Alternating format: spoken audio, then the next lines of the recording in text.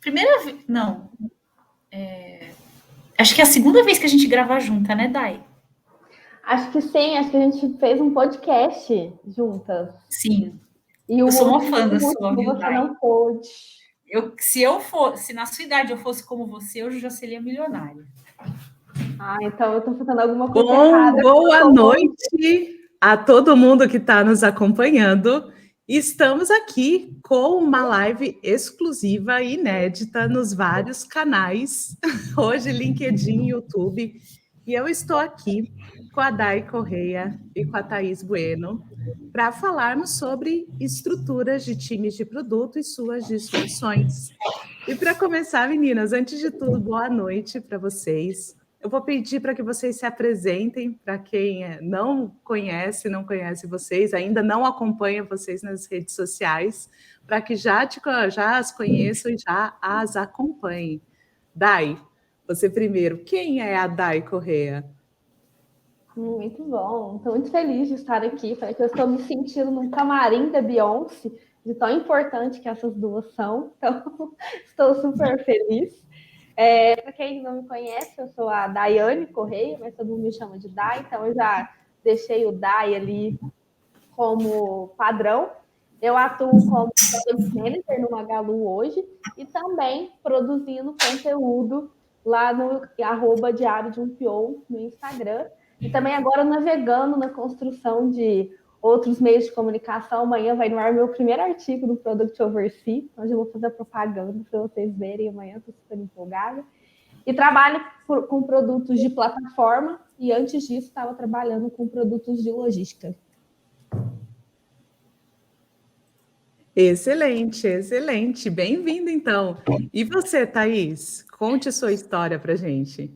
Eu sou Thaís, eu sou GPM aqui na Único. Antes disso, eu trabalhei em algumas empresas, né? Eu fui PM, GPM, Gimpass, Mastercard, Raia Brasil, OLX, e agora estou aqui na Único. E antes disso, eu trabalhei como PMM, Marketing de Produtos, na Apple, na Amazon, e depois disso também no Walmart. E fui gerente de contas há alguns anos no Google, onde foi o meu primeiro emprego.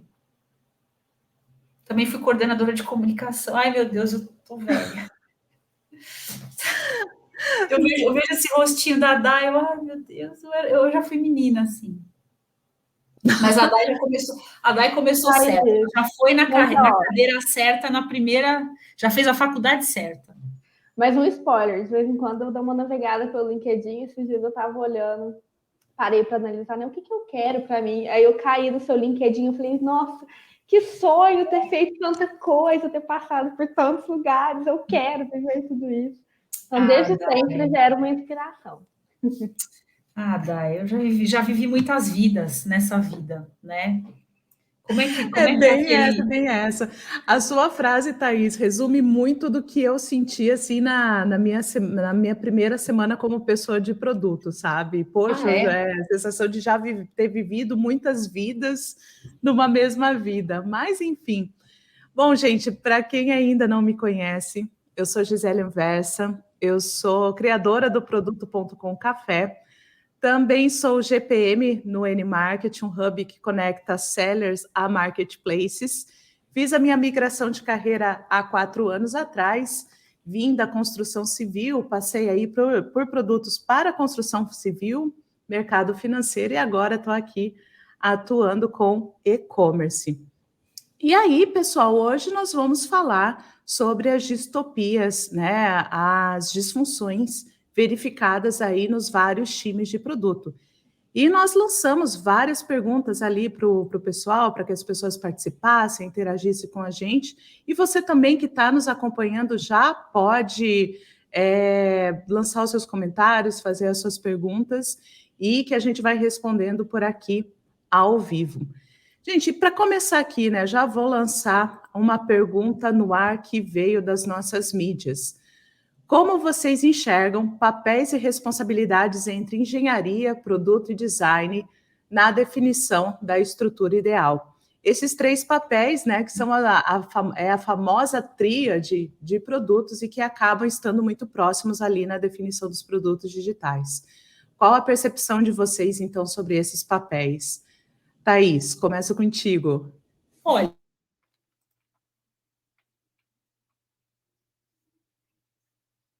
acho que o meu microfone... Agora foi? Foi. Então, essa pergunta ela é ótima, pelo seguinte, porque eu já passei por situações em que nós, junto com o designer, decidimos fazer uma quebra com base em jornada de usuário, né, ou experiência de usuário.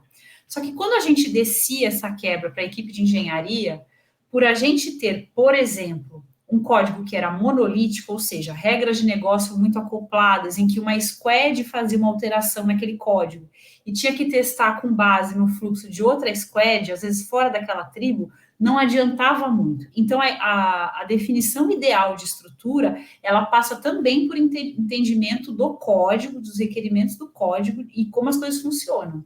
Olhar apenas uma jornada usuário, ou como a gente fala, do capô para cima, não vai dar a estrutura ideal. Você tem que olhar como está acontecendo, vamos dizer assim, como eu aprendi com o líder, por debaixo dos panos. E aí o papel da engenharia é muito importante nesse sentido também. E para você, Dai? Super concordo com a Thaís. Acho que desde quando eu comecei na área, as minhas maiores alianças foram alianças entre engenharia, principalmente... É que você é técnica, Dai, então você entende isso. Né? Eu fiz uma faculdade técnica, apesar de eu acho que eu morrer de fome se eu tiver que viver de programar. Não é bem o meu estilo. Mas eu conhecia um pouco mais, né? Então, eu conhecia mais sobre sistemas, sobre banco de dados. Então, para mim, foi uma via mais fácil para começar. Então, diferente de outras vias, eu tive que correr atrás para aprender sobre negócio, sobre marketing, que são coisas que eu conhecia zero. Mas o time de engenharia te dá muita força na hora de tomar decisão, na hora de conhecer o 360, na hora de ter uma visão cross de tudo que acontece na sua empresa. Então, eu acho que parte de assumir novos papéis, responsabilidades, vai de ter parcerias, de você conseguir que o time dependa menos de você. Então, desde cedo eu aprendi muito isso, né? Para você crescer, o time tem que ser independente. E o time de engenharia que está ali comprado com você ajuda muito. E time de design é a mesma coisa, né? São pessoas que normalmente dependem muito de você. Eu acho que é um pouco o inverso, porque vejo que times de design que não tem um time de produto ali direcionando, acaba trabalhando em muitas frentes diferentes, às vezes não sai do lugar, não entrega algo de negócio. Então, é uma tríade complicada, mas eu vejo que fazer essas parcerias fortes faz diferença na hora de você crescer ou não dentro da empresa, né? Acho que o aspecto super fundamental da parceria, dos três papéis estarem muito juntos e estarem muito coesos naquela operação, é a questão de diferentes olhares sobre o que é realmente a geração de valor. Eu tenho falado muito nessa semana, né, do que é a experiência do cliente com uma solução digital. E a experiência do cliente, a princípio a gente tem a percepção que a experiência do cliente é uma boa interface, é um fluxo intuitivo e tudo mais, mas a experiência do cliente também passa por uma solução estável, né? Que o cliente, quando vai utilizar a solução, dê conta do recado, performe bem, tem um bom tempo de resposta, e é uma solução que também tenha valor, que resolva um problema real, que faça algo que é factível, que faça algo que é necessário. Então, olhando muito por esse lado, fica muito claro que os três papéis, engenharia, produto e design, na definição de uma estrutura ideal para times de produto, né? Soluções que têm uma perenidade, que endereçam a estratégia através de uma solução digital, são extremamente necessários e devem estar muito conectados. E acho que aí se conecta muito, né? A gente está falando sobre estruturas de time, e é fundamental, na minha percepção, que esses três papéis estejam na mesma estrutura e estejam muito próximas, assumindo a responsabilidade sobre o produto. Né? Às vezes a gente vê algumas disfunções de times de engenharia mais afastados do time de produto, de times de design atuando quase como escritórios de projeto, atuando em demandas pontuais e tal, e aí se perde um pouco dessa qualidade, né? Desse potencial. Exatamente. E se seguir dessa forma, não vai dar certo. Você nunca vai sair, né? Você tem aquele livro, As 5 Disfunções de um Time. Se você trabalhar dessa forma, você nunca vai sair do nível básico, que é o que eles chamam de storming. Você não vai sair da zona de conflito. É preciso sair da zona de conflito para construir times e pensar colaborativamente, porque os problemas que passam por tecnologia são problemas muito complexos. Eles exigem extrema colaboração entre as partes. Com certeza, com certeza. Bom, estou vendo aqui o pessoal já está mandando aqui perguntas, interagindo bastante aqui no chat. O Danilo perguntou, né? O Danilo já veio lançando a polêmica aqui. Como falar disso, como falar desses aspectos, dessas topologias de time, de engenharia, produto e design, estando no mesmo time de uma maneira unânime? Existe unanimidade sobre isso? Não existe unanimidade. Não existe unanimidade. Não existe. Não existe. O que precisa haver são discussões produtivas e se chegar a um meio termo ou até decisões extremas, mas que as partes estejam compradas. Mas você não vai ter uma unanimidade. Nós estamos muito próximos aqui do Congresso Nacional, praticamente, do terreno da política. Não existe consenso, porque são pessoas que têm recortes muito distintos sobre a realidade. A gente acabou de falar isso. Por exemplo, a engenharia vai ver a perspectiva da engenharia, do código, das estruturas de topologia. O design vai ver a perspectiva do usuário, a perspectiva do cliente. Produto pode ser que veja um pouco de tudo isso, mas também vai ver muito a perspectiva do negócio e dos resultados gerados para a companhia. Não existe unanimidade. A gente não tem que buscar unanimidade, e nem consenso. Embora muitas pessoas façam gestão por consenso, a gente tem que buscar compromissos e decisões que olhem o todo, olhem a perspectiva do resultado gerado e da cultura, né, das pessoas. Mas unanimidade, meu amigo, não existe. Com certeza, com certeza. A Marília fez um comentário bastante oportuno, né? Que resume essa primeira pauta nossa, para planejar algo para o produto que não é viável tecnicamente, não faz sentido nenhum. A gente precisa prestar sempre atenção nessa tríade, né? Nessa organização, nesse conglomerado. Lançando aqui, então, a próxima pergunta. Essa é famosa quando a gente fala de estruturas de time de produto, famoso modelo Spotify. Esse modelo Spotify, famosíssimo, ainda é válido ou já existem variações? Já tem bastante variação, já. Eu não sei como é que tá aí na tua empresa, Dai, mas eu já vi empresa, assim, por exemplo, rodando com um PM, e aí dois ou mais APMs, um em cada squad. Eu já vi empresa sem QA dedicado, já vi empresa com QA dedicado, eu já vi squad leader tocando em vez de PM, eu já vi muitas variações, assim. Eu acho que, e o que as pessoas dizem, o Diego fez Diego Reis, para quem acompanha, ele já fez até um artigo sobre isso lá no blog dele, Medium dele, enfim, falando que nem o Spotify mais está rodando o modelo Spotify. Então, eu não sei por que cristalizou isso no mercado brasileiro. Quer dizer, eu sei por que cristalizou, mas eu prefiro não falar aqui por que eu acho que isso aconteceu.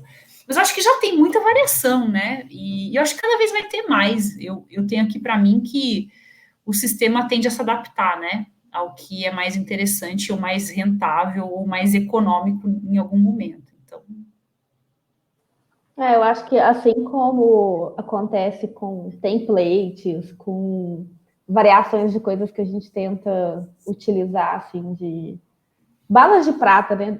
Para você aplicar e executar no seu dia a dia, dificilmente você consegue fazer exatamente como a pessoa fez no By the Book. Então, eu acredito que até quem utilizou o modelo Spotify, desde a primeira implementação, já teve alguma variação.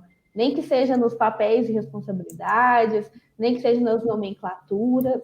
A gente vê que tem empresas que não colocam, por exemplo, PM por ter o manager no nome e isso transparecer seu nível de gerência. Ou seja, é o que a Thaís comentou, não existe unanimidade. Mas aqui, por exemplo, a gente chegou a utilizar o modelo Spotify quando começou, de estruturar, sair do modelo um pouco do Scrum que a gente estava e começar a criar alguns chapters diferentes para a gente tentar unificar algumas coisas. E ao longo do tempo a gente foi aprendendo. Tanto que até pouco tempo atrás a gente ainda usava o nome do PO, mesmo estão fazendo papel de PM há muito tempo. Então, eu estou vendo que não só o Magalu, mas outras empresas também estão fazendo esse movimento de reestruturar a sua trilha de produto, reestruturar a sua carreira, nomenclaturas. Então, eu acho que faz parte do processo de aprendizado. As pessoas acham que as empresas também têm que ser perfeitas, né? Se nós erramos, a gente aprende o tempo todo, por que a empresa não iria fazer a mesma coisa? Então, acho que as empresas começam de um ponto de partida e elas vão evoluindo. E aí, eu entendo, porque eu já passei por essa frustração, pode gerar essa frustração, hoje eu entendo isso, mas é difícil mesmo conciliar, principalmente quando você vê que, por exemplo, na empresa da Thaís é de uma forma, na da Gia é de outra, por que a minha não faz assim? Será que a gente está fazendo errado? Aí eu não sei, vocês também que já dão aulas aí, como que vocês lidam também com essas inseguranças com os alunos de vocês? Porque isso existe, né? Eu posso só compartilhar uma coisa sobre a questão do modelo Spotify? Eu acho curioso, porque a gente tem a mania, e ela até certo ponto é positiva, porque é uma intenção de avançar, né? Estávamos no waterfall, depois foi para o modelo ali de agilidade, de uma coisa muito, muito by the book, e eu acho que ok, quando você está começando a aprender uma coisa, você quer seguir o manual, quer seguir o livro, né? Depois veio a história do modelo Spotify, onde os times se empoderaram mais, se aproximaram mais e várias coisas foram acontecendo. Tem uma questão do modelo Spotify que ficou muito famoso pelo modelo Spotify, que é a questão das guildas e chapters. Eu acho isso muito rico para a evolução da maturidade de uma estrutura. Quando você aproxima pessoas de diferentes skills que não necessariamente são do mesmo time, em torno de um mesmo problema, trocando conhecimentos e tal, e quando você dá a oportunidade para outras pessoas se aproximarem daquelas pautas de tecnologia, que é o contexto ali dos chapters, né? Você abrir as portas ali, abrir o quintal, a cozinha de produto para falar sobre produto, né? Eu particularmente, eu não vejo outra forma de se criar uma cultura de produto, a não ser por essa forma de você democratizar e facilitar o acesso a tudo isso. Dito isso, né, dos benefícios, vem o outro lado da importância de evoluir o modelo Spotify, que hoje em dia a maioria das pessoas já sabe que nem mesmo o Spotify está aí empregando mais, porque são diferentes produtos e diferentes produtos acabam passando por uma necessidade de topologia de time diferente. Exatamente. Eu acho que tudo são variações, né? Minha abordagem é muito mais situacional para esse tipo de coisa. Acho que é tranquilo, mudanças fazem parte. Acho que preserva-se a essência, mas muda-se a forma. Agora, especificamente falando de PM, PO, GPM, lead, que é um papo aí que está pingando no chat, gente, existe o cargo e existe a função. É importante a gente separar. Função é o job que é realizado por aquela pessoa. Existe o nome do cargo. Existe quem vai, né? Vamos falar de escola. Então, existe quem prepara um conteúdo e ministra uma aula, um workshop. Existe em alguma escola que aquilo se chama instrutor, em outro se chama expert, em outro se chama professor, e em 1500 se chamava mestre. Gente, pelo amor de Deus, o nome é uma coisa, função é outra, entendeu? Eu acho que a gente pode ter muitos nomes no mercado para coisas diferentes, mas existe uma pessoa que vai liderar o produto do ponto de vista de negócio, né? Fazendo essa interlocução com a engenharia, com design, com dados e fazer gestão de stakeholders. Esse nome é pessoa de produto, que hoje se chama PM, mas que há alguns anos se chamava gerente de projeto em algumas empresas, que já se chamou Product Owner, porque é o framework que vem do Scrum, e talvez daqui a alguns anos chame de outra coisa. Mas eu estava até falando isso com o meu mentor, antes de entrar aqui, que hoje as pessoas se chamam pessoas engenheiras. Há alguns anos a gente chamava de desenvolvedor. Há alguns anos mais era o famoso programador. Já teve o nome de webmaster. Acho que a gente precisa entender que existe um job que é produzir código para resolver problemas por meio de código, por meio de software. E existe o nome da função. Então, um pouco de calma nessa hora, né? O nome, a gente sabe que é importante, o cargo, né? Tem também uma questão de vaidade, porque tem um manager no nome, mas é importante a gente fazer essa distinção, né? Achei engraçado. O Chiotti comentou, né, que o modelo Spotify é coisa do passado. Agora o modelo Google Simplicity Sprint, confia. É assim, me parece que assim como os artefatos da moda são as estruturas de time, né? Elas vêm se modernizando e alterando e tudo mais. A gente teve aqui uma pergunta bem bacana, Thaís, e aí acho que está bem dentro do teu domínio, da tua percepção, né? E aí eu também vou aprender contigo. Em empresas que não existe o papel de GPM, a PM Lead, que assume gestão de carreira e apoio aos PMs, ou é o Head? Eu vejo que esse ponto específico ali do organograma é muito confuso. E apenas para compartilhar um exemplo, eu já fui lead PM e eu não tinha papel de gestão. Eu era um ponto focal de negócio para o time, né? Eu já vi leads PMs que têm papel de gestão. Hoje eu sou GPM e tenho um papel de gestão. E respondem a mim designers. Eu já vi que head de produto é a pessoa de produto que lidera produteiros e designers. Afinal, é essa salada de fruta mesmo? O que é o certo, o que é errado? O certo não existe, e também não existe errado, o que existe é a situação, né? Liderança situacional, gestão por situação. Não acho que tenha certo nem errado.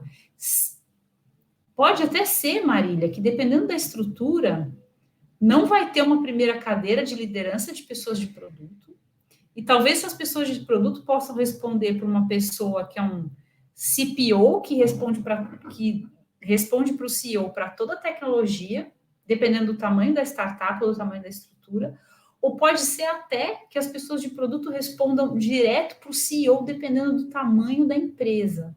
Não tem certo nem errado, Marília, varia muito. Complementando o ponto da Gi, pode ser que em algumas estruturas a pessoa de produto, GPM, Head, ela tenha debaixo do guarda-chuva dela as pessoas de design, às vezes até as pessoas de data. Pode acontecer. Estou dizendo que é certo? Não sei, depende de cada contexto. Porque você concorda que se você tiver uma estrutura que você tem 2 ou 3 PMs, 2 pessoas de dados e 2 designers, não dá para ter um head de design com 2 pessoas, não dá para ter um head de produto, de data com uma pessoa. Então você começa a ter que criar essas situações. Agora, em estruturas que você tem, às vezes, por exemplo, um head design, mas ele pode ter 50 designers, 100 designers abaixo, e aí ter o guarda-chuva de manager, né, ou de design lead. Então, depende muito da situação, né? Essas decisões não são. Por isso que eu te falei, estava falando antes, que assim, tem que entender a função, tem que entender o nome do cargo e olhar no macro como é que está a estrutura desenhada. Tá, Marília? Complementando aqui, acho que a Thaís falou muito bem. Tem aquela coisa que é possível, que a gente sabe que poderia acontecer, e tem o preferível, né? Que é o que a gente gostaria que acontecesse. E a gente tem que tratar com a realidade, que é ali o cenário do provável, é o que provavelmente vai acontecer na sua empresa. Então, pode ser que eu gostaria, o meu time de produtos gostaria que tivesse um GPM para me orientar, que talvez a minha liderança não tivesse que dividir o tempo dela entre desenvolvedores e produtos, igual a Thaís falou que pode acontecer. Isso é o que a gente gostaria. Mas, dentro do Brasilzão aí, o tanto de empresas que a gente tem, acreditar que todas elas vão conseguir ter pessoas que consigam fazer tudo isso exatamente da mesma forma, não é muito provável. Então, é legal a gente conhecer essas estruturas. Eu acho que quem está abaixo pode, inclusive, propor essas discussões, até nas guildas, por exemplo, né? Se estiver sentindo falta, é o momento, talvez, de expor uma liderança situacional, talvez se a pessoa tiver condição de exercer aquele papel e praticar de alguma forma, também é válido, mas a gente tem que tratar com a realidade do que eu gostaria com o que é possível no cenário que eu estou, né? Porque é muito variável, né? E cada estrutura tem o seu modelo ideal, né? Também. Daí eu queria pegar um ponto específico ali da tua fala, né? Da liderança situacional. Porque, na minha leitura, né, em times que estão amadurecendo, testando diferentes modelos, e o que eu vejo acontecendo em muitas empresas, conforme a minha maturidade de desenvolvimento de produto aumenta, né? Como o time técnico se relaciona com o time de produto, que se relaciona com os designers, essa estrutura ela vai se adaptando, crescendo, vão se testando papéis, que foi o que aconteceu comigo ali no caso, quando eu fui lead PM, era um teste para ver como o papel de lead PM funcionaria nesse time. Você trouxe a questão ali dessa liderança situacional. Como você viu isso funcionando, né? Como aconteceu, como os times tiraram proveito dessa liderança situacional? Não, eu acho que a liderança ela acontece antes de você ser líder, né? Quando você percebe que as pessoas estão seguindo, que as pessoas confiam em você, que as pessoas te procuram para aquelas coisas. Então, pode ser um primeiro feeling de que você pode ter o papel de liderança. Não sei se você está pronto para isso. Por isso que eu gosto do papel situacional, porque você consegue praticar sem ter o peso da responsabilidade. Então, você consegue errar mais, você tem esse peso menor. Então, aqui dentro, eu, por exemplo, cresci muito, assim, pegando eu como exemplo mesmo, e o pessoal que eu dou mentoria consegue praticar muito isso de trabalhar os espaços em brancos. Então, eu, quando comecei, eu não era da área de produtos, e eu fui entrar numa zona onde ninguém queria entrar, onde nenhum PO conseguia focar naquilo. Eu falei, olha, tô aqui, tô querendo trabalhar com produto, tô aqui, tem um espacinho livre, você tá super ocupado, eu não posso te ajudar?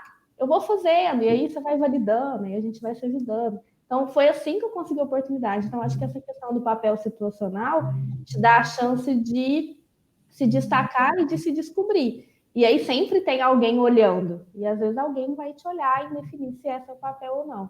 E eu acho que... Vai lá, Thaís. Não, eu ia dizer que, olha só, onde tem problemas, né? Ou seja, se ninguém entrava, é porque havia um problema, muito claramente, né, Dai? Ou seja, havia um grande desafio ali a ser resolvido. Talvez até uma disfunção, conversando aqui com o título da live. Mas olha que oportunidade que isso foi para você, provavelmente para o seu líder que te abriu, que te deu essa chance, e para a estrutura da empresa como um todo, porque daí se gerou uma oportunidade, né? Para a tua carreira, para a empresa. Muitas vezes é assim mesmo, né? E uma coisa que eu ouvi acho que uma das minhas primeiras gestoras, ela falava que era a teoria do espaço vital. Vinha lá da geografia, né? Que você precisa de... Todas as nações precisam de espaço vital para crescer e se desenvolverem. E aí, por exemplo, se ela tem uma zona de fronteira com outro país e aquela zona não está ocupada, ela começa a ocupar aquele espaço. Então, isso vale também para as organizações. Se existe um espaço, um job a ser feito e ninguém está fazendo, alguém o fará de alguma maneira. Alguém o conquistará. Então, por exemplo, se havia uma oportunidade de resolver uma dor de negócio e havia um espaço em branco, você, como uma pessoa que ainda não era de produto, mas com o olhar de produto, foi lá para resolver, né? Para puxar, liderar. Então, veja que interessante. Existiu uma dor de negócio, existiu uma pessoa interessada em liderar e resolver essa dor. Ela começou a trabalhar em produto antes de ter o cargo. Então, é muito interessante, porque existe a dor, existe a função para resolver aquilo, e o cargo veio depois. Isso também me conecta um pouco com as minhas primeiras experiências profissionais, porque eu também ouvi, não só da mesma líder do Google, mas de outros líderes de lá, que para você ser promovido naquela estrutura, naquele modelo, você teria que estar desempenhando a função já há algum tempo, para que a promoção viesse como um reconhecimento formal de um job que você já vinha executando há algum tempo. Então, tudo entra no blank space, né, no espaço em branco. Ou seja, existe um espaço, alguém o ocupará. Se você for a pessoa, né, ligada ali no momento, você vai ocupar aquele espaço e alguém vai fazer aquilo. É melhor que seja você. Exato. E para quem já está na área, por exemplo, está querendo ser uma liderança, também existem espaços em brancos ou que você pode criar esses espaços.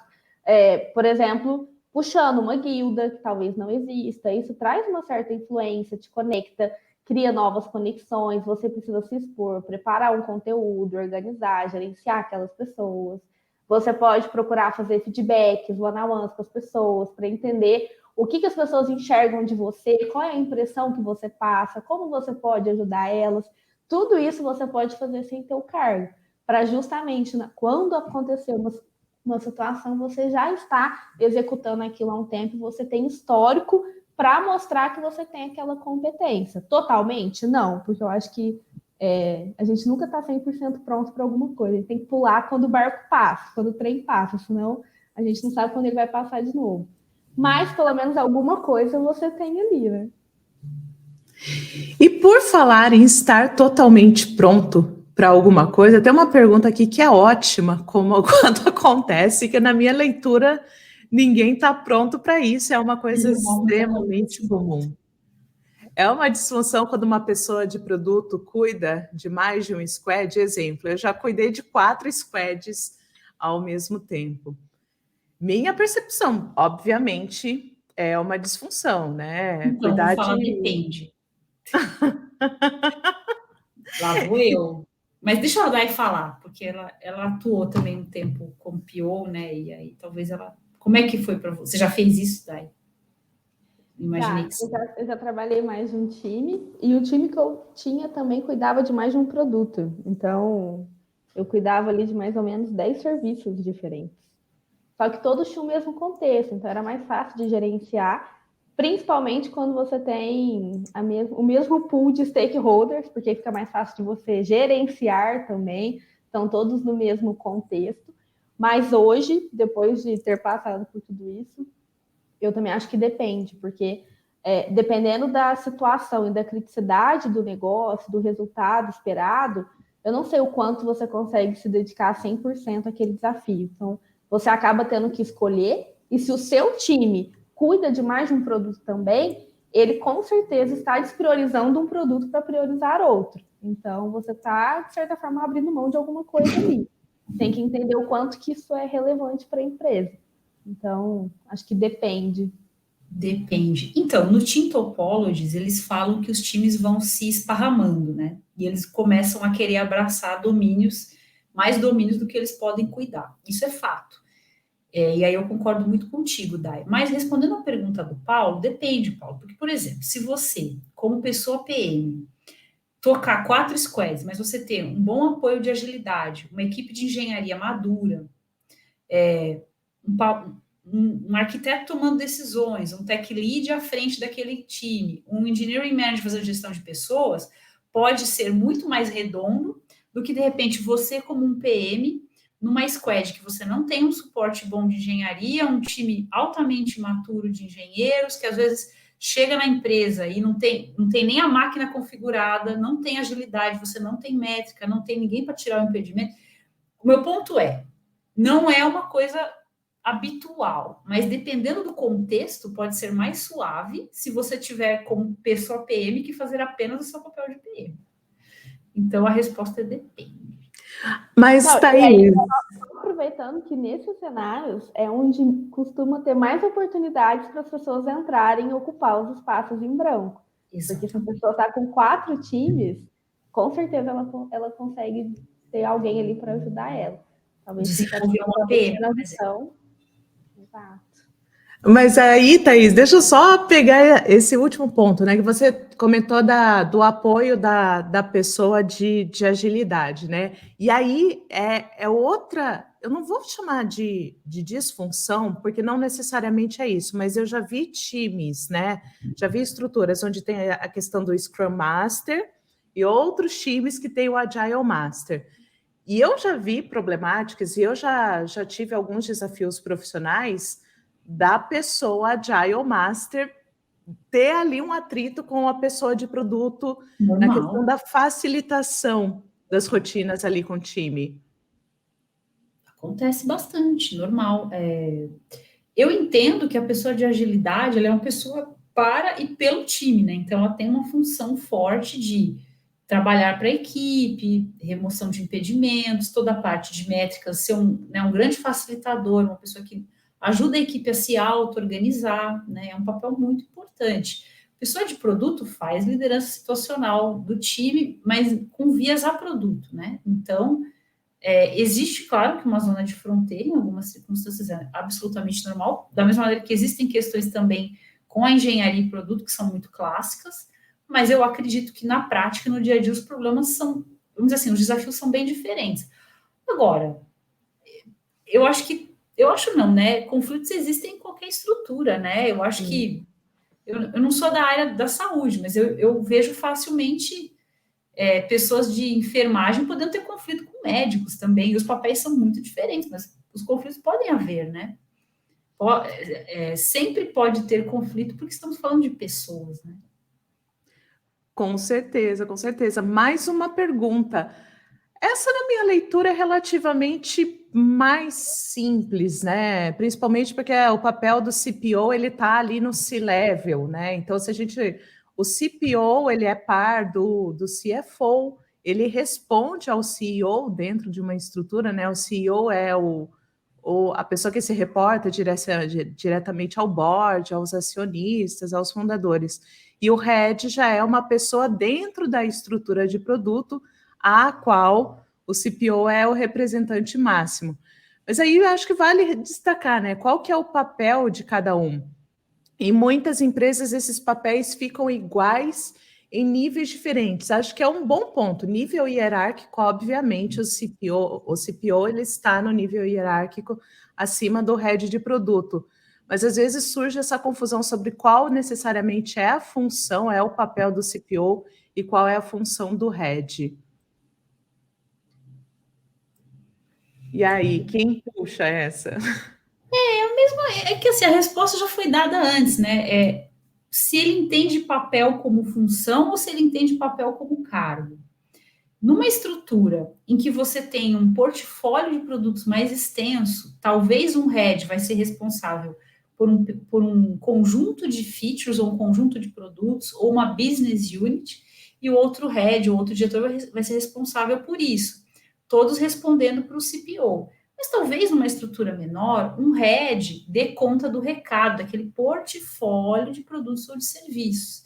Então, nesse caso, mais importante né, o domínio de atuação da liderança, o tamanho da estrutura e, naturalmente, né, o quanto a pessoa recebe por aquilo, porque numa estrutura mais madura, talvez certamente você vai ter mais grades, né, você vai ter mais, como a gente chama, career ladder, né, mais degraus de carreira em produto, e talvez numa estrutura menorzinha, o head já seja uma pessoa que dá conta do recado. E realmente, Júnior, em muitas empresas os papéis ficam iguais a níveis diferentes, porque depende muito da composição da estrutura.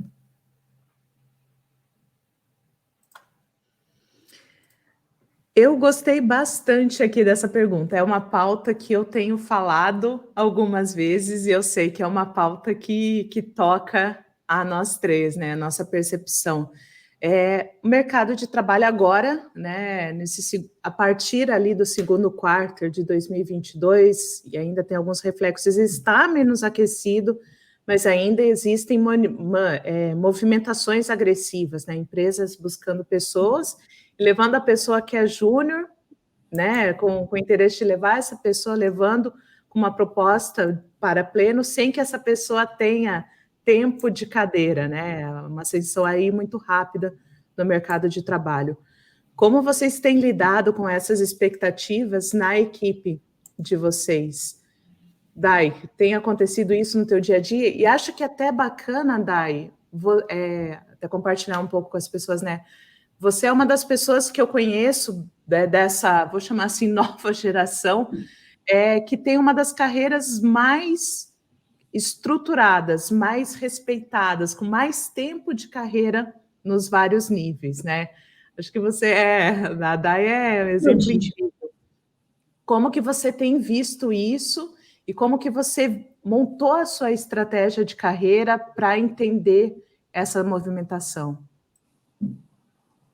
Pergunta difícil. Eu ia, inclusive, perguntar para a Thaís como ela conseguiu ter essa serenidade de entender essas diferenças e lidar muito bem com isso, porque não foi algo que eu lidei muito bem no início. Então, por exemplo, quando eu criei o Instagram, eu já atuava como Product Owner, acho que não posso dizer que era Product Manager ainda não, mas eu ainda estava como analista de produto, por exemplo. Eu acho que o que acontece é que nem existe esse cargo, né? Então. Existe ainda algumas estruturas. Né? Ainda tem algumas das disfunções aí. Mas eu, por exemplo, sofri muito com isso, no sentido assim, quando você começa a estudar, eu acho que hoje em dia está muito mais fácil também acesso ao conhecimento, porque tem muitos mais cursos, tem mais opções de curso, tem mais de uma opção, mais de uma abordagem. Então, você consegue, se você tiver um pouquinho ali de interpretação, de texto e senso crítico, conseguir chegar numa opinião. Mas, quando eu comecei, não tinha muitas opções. Então, o que eu sinto? Que quando a gente começa a estudar, fazer transição e tal, várias coisas a gente pensa assim, mas isso eu faço. Mas eu já gerencio o backlog. Mas eu já faço documentação. Mas eu já gerencio o stakeholder. E aí, quando você vê no nível mais básico, é fácil você acreditar que você já é. E às vezes você não é. E é muito difícil você aceitar que você não é.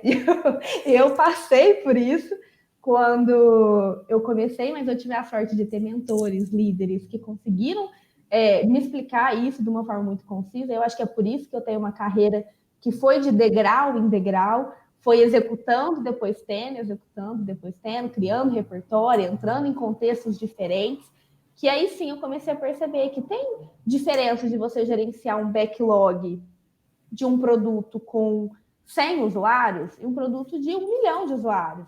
Tem diferença, tem diferença de você gerenciar um stakeholder de uma área comercial, de você gerenciar uma área de back-office. Então, essas coisas, elas pesam na sua maturidade, no seu repertório, na forma como você conduz as coisas. Então, eu pude perceber isso praticando, mas eu não sei como eu poderia falar para as pessoas que estão aqui para elas terem calma de que as coisas acontecem no tempo que elas têm que acontecer. E eu que tenho 25 anos e comecei com 17, ou seja... Trabalho infantil? Sou da geração... Você é a única aqui que vai se aposentar na sala, né, Dai? Não, pelo governo nenhuma chance, né? Nenhuma. Mas eu também comecei a trabalhar nova, Dai. Eu comecei a trabalhar com 14 anos. Só que não na área de produtos, mas eu também comecei jovem. E eu comecei jovem sem registro. Então, eu acho que eu não vou aposentar tão cedo assim, porque eu trabalhei um bom tempo sem registros. Ganhando R$200 por mês, mas enfim. O que eu vejo é isso. As pessoas precisam entender, como eu entendi, que leva tempo, e a área de produtos, acho que assim como todas, exige experiência e repertório. Então, em 6 meses, você não consegue desenvolver repertório para ser sênior.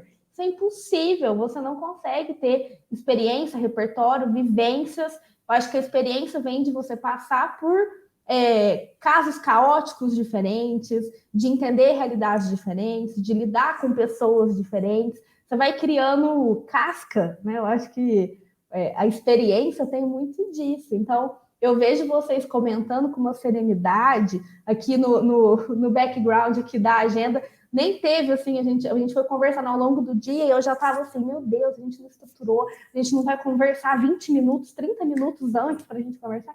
E as meninas numa tranquilidade, ou seja, é experiência, é repertório, é fazer várias e várias vezes. Então, hoje, para as pessoas que eu estou liderando, eu falo isso, olha, você vai chegar no cargo de pleno. O que você precisa fazer para chegar lá? Vamos estruturar um plano juntos? Quais projetos você pode tocar? Quais produtos você tem condições de entrar para a gente desenvolver esse seu repertório e daqui 1 ano eu te levar lá no nível de promoção e você falar que ninguém duvidar que você é capaz. Então, tem que ter essa construção. Mas eu queria que vocês falassem sobre isso. Eu queria falar um pouco sobre isso. É muito importante a gente ter um plano para chegar lá, né? O lá que a gente estabelece que é o lá, que não é o meu lugar, que não é o da Dai, que não é o da Gi. E a gente tem os nossos sonhos, as nossas ambições, né?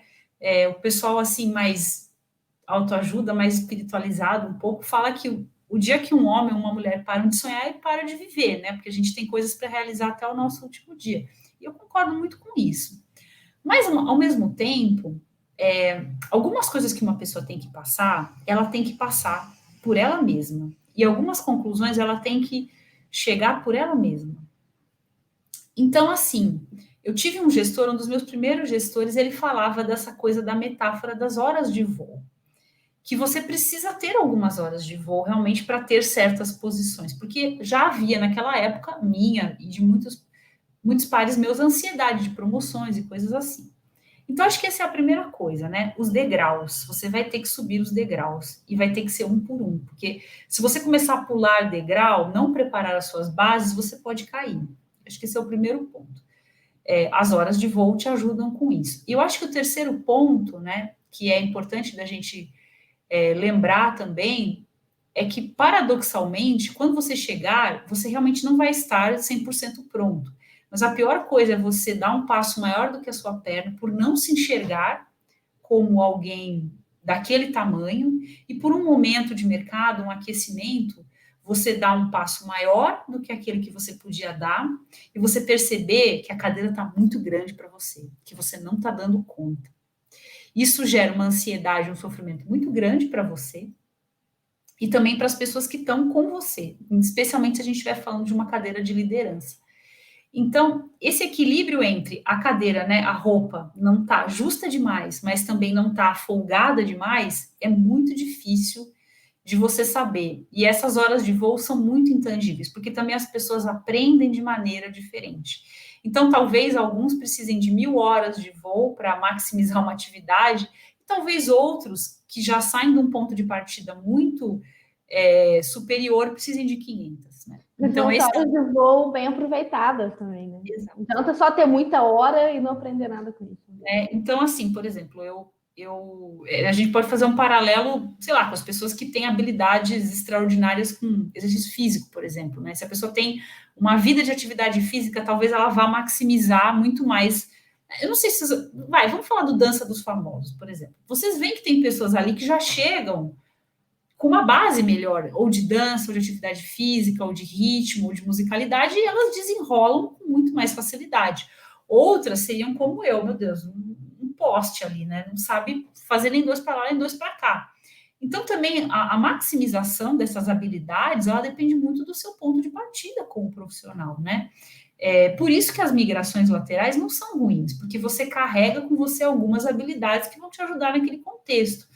Então, por exemplo, falando de Raia Drogasil, nesse sentido, pessoas que, às vezes, vieram de uma área de negócio, né, de farmácia ou de logística, que já têm uma habilidade, um conhecimento de negócio muito grande naquele tema, elas podem amplificar suas horas de voo, que não vão ser 400, pode ser que seja 200, para um pleno, porque ela já vem com uma grande bagagem de negócio, né?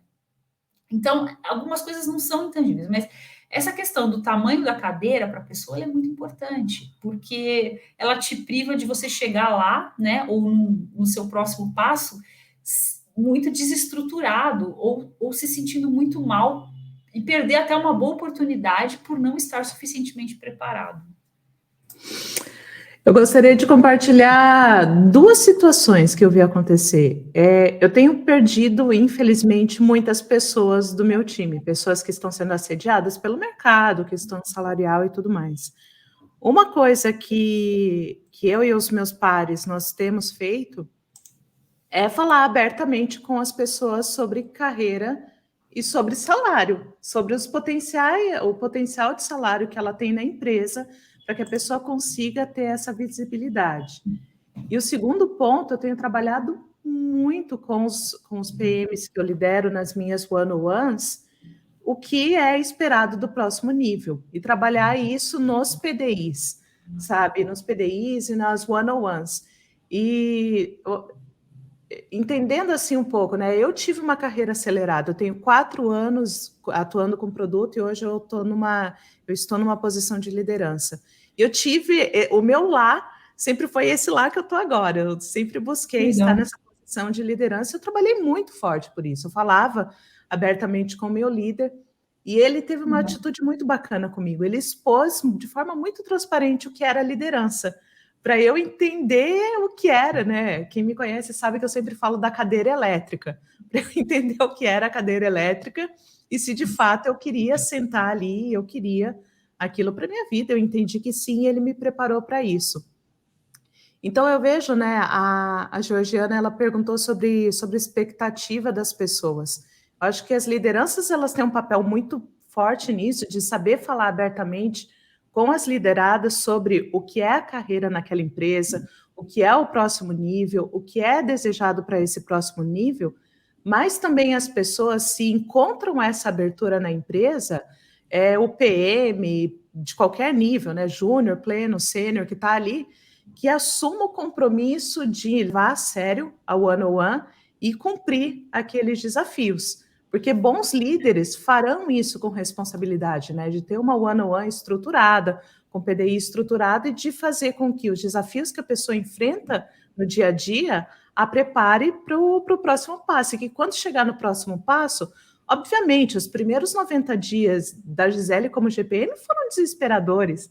Eu ficava o tempo todo, meu Deus, eu não tenho competência para isso, eu não estou no lugar certo, eu não sei, eu não vou fazer. Eu também. Eu quase desisti. Pensei muitas vezes em desistir. Não é, porque assim, por mais que Acho que você... eu fiquei 1 ano e meio pensando em desistir, sabia? Ai, que ótimo, vocês me tranquilizaram, porque eu estou nesse momento agora. Então, ele tem um ano. E é isso. Lá vou eu. Tem uma frase famosa sobre isso, né? Eu fiquei 1 ano e meio pensando em desistir. E tem uma frase que fala sobre isso, que poxa, se você se sente desconfortável... As coisas mais importantes da minha vida, eu quase desisti várias vezes. Ainda bem que eu não desisti, tá vendo? Justo. A comunidade agradece você não ter desistido. Gente, mas vocês não acham que o nosso caminho é feito de dúvidas? Todo mundo tem dúvidas, né? Eu acho que, o dia que a gente não tiver dúvida, só que não pode ser uma dúvida paralisante, né? Com certeza. Gente, a gente está entrando na reta final aqui da nossa live. Mais uma perguntinha. Como vocês enxergam papéis híbridos entre produto e tecnologia, como, por exemplo, o Squad Leader? Eu vi em algumas estruturas, tá? Acho que foi um momento, vi que passou um pouco agora. Mas eu acredito muito em movimentos pendulares dentro da indústria. Então, eu acredito que pode ser que volte em algum momento. Quando eu comecei a ser líder de produto, eu vi que muitas estruturas rodavam com esse líder de squad, que era um cara que entendia muito de agilidade e um pouco de produto. Era quase um PO / Scrum Master. Mas eu vi que agora deram uma parada, mas pode ser que volte. Eu acho que movimento de management, de administração é muito vai e volta, sabe? Tem as ondas. Tinha uma época que todo mundo falava de PDCA, agora deu uma parada, daqui a pouco volta. Sei lá, eu acho que toda era tem seus modismos, né? Tipo, por exemplo, agora na nutrição a onda é o jejum intermitente. Daqui a pouco para. Por muito tempo condenaram, né? Tinha que comer de 3 em 3 horas. Aí veio o jejum intermitente. Daqui a pouco comer de 3 em 3 horas vai voltar, entendeu? Gente, movimentos pendulares, eu acho que faz parte. E eu, particularmente, hoje em dia, eu tenho o papel de squad leader aqui nos times e tem ajudado muito, principalmente nos PMs que estão escalando na maturidade. Ajuda a tirar aquele papel, né, do PM facilitador. Além de ser a pessoa que olha negócio, o PM que ajuda a remover impedimentos. Então, é um papel bacana, é um papel válido e bem positivo em algumas estruturas. Eu acho que talvez esse seja a principal mensagem da live de hoje, né? A gente falou sobre disfunções. A disfunção é o papel errado na estrutura errada. Mas, às vezes, o papel que dá errado numa outra estrutura, na minha, vai cair como uma luva, porque é aquilo que eu preciso. Você falou muito sobre isso, né, Thaís? Entender qual o papel que eu estou precisando e qual a execução que tem que acontecer. Sabe de uma coisa? Eu acho que tem aquela frase, né? Eu sou eu e minhas circunstâncias. Então, eu acho que existe o líder, né? As preferências pessoais do líder, o contexto em que ele se sente mais à vontade, mas o que a gente sabe é que os grandes líderes eles se adaptam ao momento do time, da empresa, ao momento do mercado, muitas vezes também, e às vezes você precisa, né, jogar de várias formas. Por isso a importância de ter essa flexibilidade, né? O jejum intermitente nunca acabou. Pois é, o bom nutricionista sabe que ele vai ter que adaptar o plano alimentar de acordo com o perfil do paciente, né? Então, eu acho que assim, gente, eu acho que tem muitos caminhos para levar até Roma, né? Então, tem muitos caminhos para você construir equipes de sucesso. Só que cada contexto vai ditar o que é mais apropriado ou não. E eu acho que quanto mais sênior você for, mais você vai entender que depende muito da empresa, da indústria, do momento, e você vai conseguir se adaptar e tirar o máximo daquela situação, né? Eu acho que quem me falou isso uma vez. Poxa, ele não deve estar ouvindo aqui, porque ele está em algum boteco carioca tomando chopp, aquele safado. Foi o Horácio Soares, que ele falava, Thaís, tem que parar de idealizar que as pessoas de produto que estão há mais tempo no mercado sabem mais do que você. Porque, na verdade, Thaís, cada um sabe o seu pedacinho, as pessoas vão e compartilham, mas aquele pedacinho daquela pessoa valeu para ela naquela situação, naquele contexto. Quando ela troca de contexto, ou de emprego, ou de empresa, ou a empresa faz reajustes, ela também vai se readaptar àquele novo cenário. E aí, Thaís, reseta, reinicia. Tudo que você sabe, você se prepara para jogar fora e aprender novas coisas. Eu acho que ele tinha e tem muita razão sobre isso. A Luísa Helena fala uma frase aqui internamente, que ela ainda está muito presente aqui na empresa, que sempre há espaço para boas pessoas. E nem sempre o espaço está aqui no cargo que você deseja. E tem uma questão também da liderança, de você estar para o que as pessoas precisam, para o que a empresa precisa, para o que o seu time precisa. Se o seu time, naquele momento, precisa de algo a mais, acho que essa questão das pessoas que se adaptam melhor, ela consegue navegar melhor entre os problemas da empresa. E os problemas, Deus queira que eles mudem, né? Porque senão significa que a gente não está resolvendo problema nenhum. Então, os problemas, eles mudam e você vai se adaptando. Então, contando que você tenha essa capacidade de ajudar no que a empresa precisa no momento, eu acredito que sempre vai ter espaço. E aí, como é tudo muito cíclico, igual a Thaís comentou lá no comecinho, antes... Vocês estão me ouvindo? Ai, que susto! Sim. Olha, eu estraguei o grande momento da gente. A Thaís estava comentando no começo que antes era web designer, depois virou desenvolvedor, depois virou dev, aí virou programador. Então, como é muito cíclico e os cargos podem mudar, e você precisa continuar trabalhando, a não ser que você queira essa independência financeira, você vai se adaptar. Então, eu acho que a capacidade que eu mais desenvolvi nisso tudo foi entrar nos problemas que a empresa tem e ajudar a resolver. Seja PO, seja PM, seja ajudando ali na condução. Não tem um Agile ali, eu vou ajudar na condução da retrospectiva. O Squad Lead está de férias, por que eu não posso ajudar? Não é porque em algum momento você escreveu que o seu papel é aquele ali, que qualquer coisa fora daquilo você não vai fazer. Porque se depois, no futuro, isso mudar, você vai dançar, né? A gente precisa ser flexível e dançar um pouco conforme a música, porque a música ela vai mudando, né, ao longo da vida da gente. A gente sabe que algumas situações são situações de repetição, porque no final do dia, a área de tecnologias é sobre gestão de talento de alto potencial, então realmente saber como as pessoas são, entender de pessoas, isso tem um valor muito grande, mas os contextos mudam. A gente, né, veja, quem entrou na área em 2020, num ano de pandemia, já tem outros desafios hoje, 2 anos depois, né? Hoje já se fala, já tem pessoas não atacando, mas criticando abertamente o 100% home office. Então, a gente pode esperar alguns movimentos de volta para escritório. Então, assim, em 2 anos muita coisa já mudou, né, gente? E faz parte. E a gente tem que ter essa flexibilidade. O que eu acho que é importante para a gente, como profissional, é continuar aprendendo sempre, porque esse é o maior ativo que a gente possui nessa nova economia, que é a economia do conhecimento, né?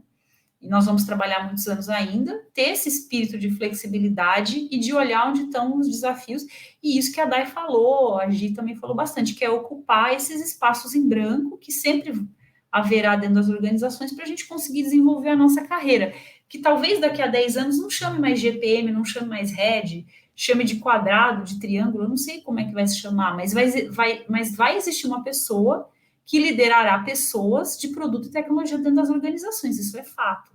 Então, que nós sejamos essas pessoas, mesmo que o nosso cargo não chame mais GPM, mesmo que chame outra coisa.